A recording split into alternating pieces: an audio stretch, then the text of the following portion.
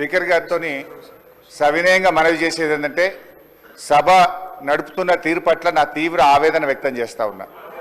First క్వశ్చన్లో నేను చెయ్యెత్తితే మీరు సిగ్నేటరీ కాదు, మీకు మైక్ ఇవ్వమన్నారు.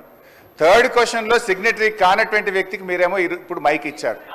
ఎందుకు ఇచ్చారని మేము అడగడం లేదు. సభా సాంప్రదాయాలు అందరికీ సమానంగా ఉండాలని సవినయంగా మీకు విజ్ఞప్తి చేస్తున్నాం.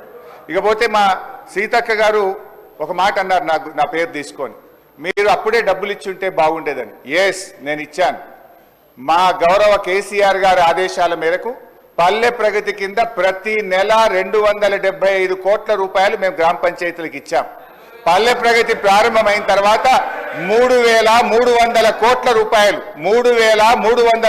రూపాయలు మేము గ్రామ పంచాయతీలకు ఇచ్చాం.